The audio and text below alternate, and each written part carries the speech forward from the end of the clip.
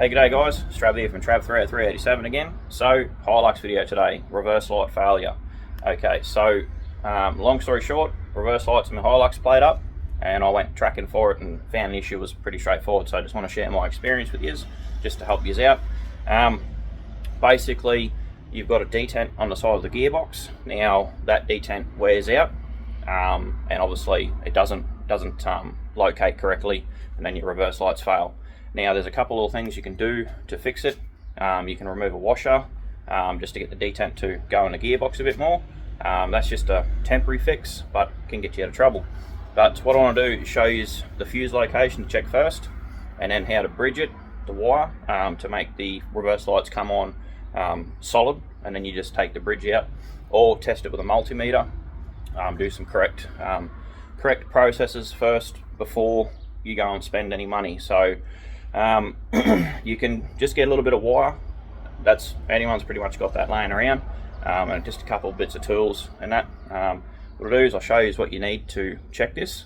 I'll just switch your camera around for you. So basic tools, pair of pointy nose pliers. If you have lost your fuse puller in your fuse box, which I have somehow, a little bit of bridge wire, 27mm spanner for your detent on the side of the box, a multimeter if you don't have one, borrow one, or if you don't have one, a mate who's got one, don't worry, because this will do the same job. Well, essentially it'll bridge it through and make your tail light come on solid. So rightio, let's go to the fuse box and I'll show you which fuse it is. We'll head over there now.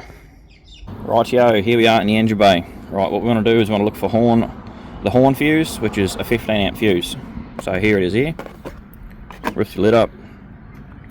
Now it's number 15 right there.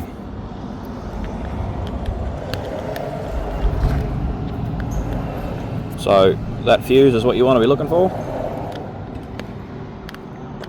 Alright, so what we want to do is, if you've got your multimeter, just turn your multimeter on. You can just put it on the continuity check. Now, a lot of people don't like using it, but the continuity works just to test if the fuse is blown. And you should just do a little beep check. So that fuse is good. Alright, that fuse is fine, so it's telling me there's something else going on with my reversing lights. Now, if you haven't got a multimeter, you just pull a fuse.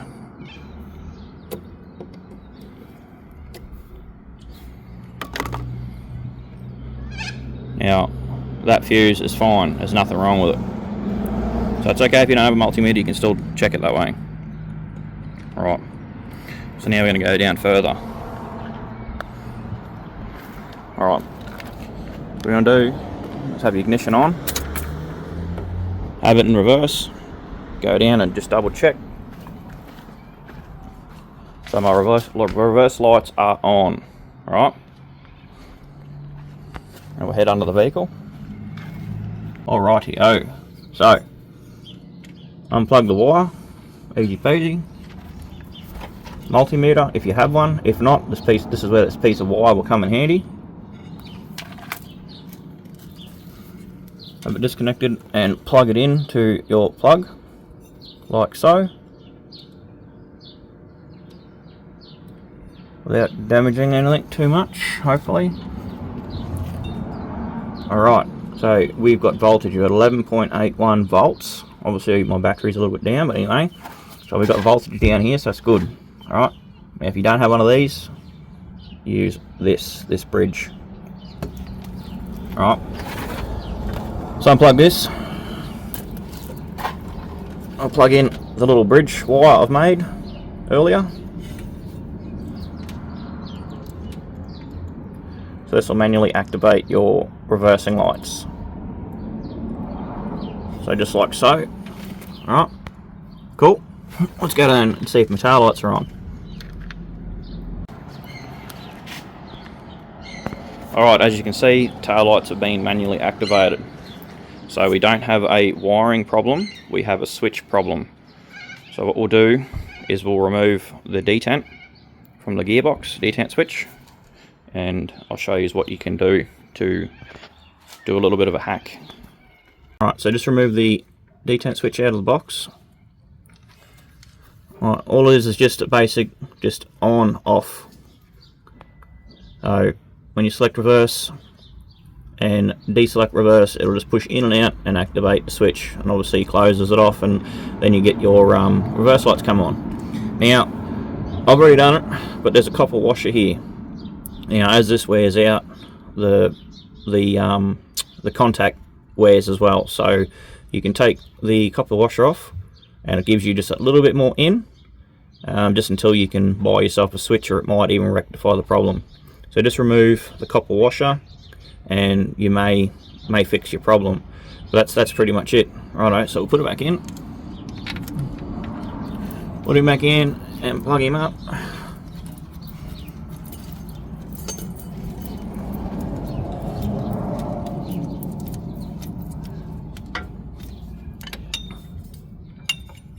You don't have to wrench on these because it's only a little plug, little switch. Plug him back in. Dopey bloody hands. Alright, let's plug back in. Right, that's that. That part of the box, right near your transfer case, up there, easy as. Right, so I've selected reverse gear, and you can see my reverse lights are on. Deselect reverse. Pull it up out of reverse, and the reverse lights are off. So it's as easy as that, guys. Just a little bridge wire, multimeter, 27mm spanner, pair of .8 pliers. Just look for the horn fuse first, because that's your fuse for your reversing lights. So check that first. And then come down the line. So start small, start easy, then work your way down the line. Don't go jumping straight into something. But at the end of the day, it's most likely just the detent switch on the side of the box was playing games.